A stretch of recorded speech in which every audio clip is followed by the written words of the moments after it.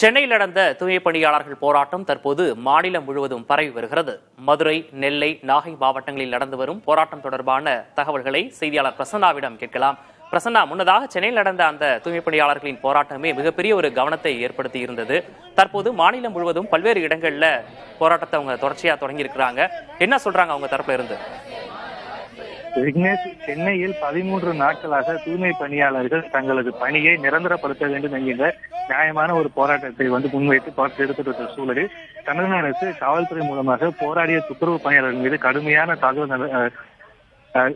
தாக்குதல் நடத்தியதற்கு கண்டனம் தெரிவிக்கும் விதமாகவும் தங்களுடைய பணிகளை உடனே நிரந்தரம் செய்ய வேண்டும். கிட்டத்தட்ட 10 ஆண்டுகளுக்கு மேலாக தூய்மை பணியில் ஈடுபடக்கூடிய அனைவரையும் பணி நிரந்தரம் செய்ய வேண்டும். அதே போல் பல்வேறு மாவட்டங்களில் தனியார் மயமாக ஆக்கப்பட்டிருக்கக்கூடிய இந்த தூய்மை பணியை முழுமையாக அரசு மயம் மாற்ற வேண்டும் என்கிற ஒரு கோரிக்கை வலியுறுத்தி சென்னையில் 13 நாட்களாக போராட்டத்தில் ஈடுபட்ட சூழலில் தற்பொழுது மதுரை, நாகை, நெல்லை, திண்டுக்கல், திருப்பூர் போன்ற மாவட்டங்களிலும் தூய்மை பணியாளர்கள் போராட்டத்தில் ஈடுபட்டு வருகிறார்கள். அதில் குறிப்பாக தற்போது மதுரை மாநகராட்சி வளாகத்தில் காலை 7 மணியிலிருந்தே தூய்மை பணியாளர்கள் தங்களுடைய அந்த மேற்கொண்ட கோரிக்கைகளையும் அதே போல் தீபாவளி சமயத்தில் தனியார் மயமாக்கப்பட்டதால் தீபாவளி சமயத்தில் கொடுக்க வேண்டிய அந்த போனஸ் எதுவுமே கொடுக்கவில்லை.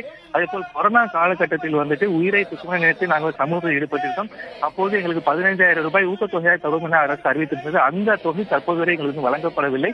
எனவே எங்களுக்கு முதல் கட்டமாக பணி தற்போது நிரந்தரம் செய்யப்படுவது அரசுடைய கொள்கை முடிவு என்றாலும் தற்போது எங்களுடைய அனைத்து கோரிக்கைகளையும் அரசு கொண்டு செல்ல வேண்டும். முதல் கட்டமாக எங்களுக்கு வர வேண்டிய அந்த போனஸ் தொகையும் அந்த கொரோனா காலத்தில் கொடுக்க வேண்டிய ஊக்கத்தொகையும் வழங்க வேண்டும் என்ற கோரிக்கை வலியுறுத்தி தற்பொழுது மதுரை மாநகராட்சி அலுவலகத்தில் காத்திருப்பதில் வருகிறார்கள். விவரங்களுக்கு நன்றி பிரசன்னா.